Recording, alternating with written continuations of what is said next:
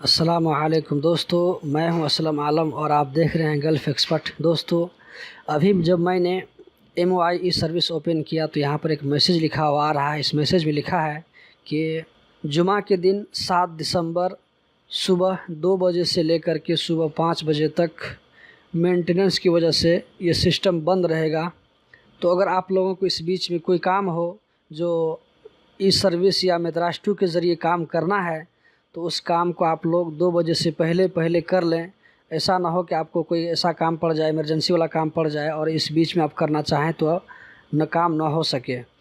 तो दोस्तों, ये थी छोटी सी अपडेट। अगरचे ये सब लोगों के लिए ख़ास नहीं है, फिर भी कुछ लोगों के लिए इम्पोर्टेंट है, क्योंकि इस तरह के मैसेज पर सब लोग ध्यान नहीं देते हैं। तो मैंने सोचा कि आप लोगों को मालूम कर दूँ, हो सकता है कि किसी भाई को काम आ जाए।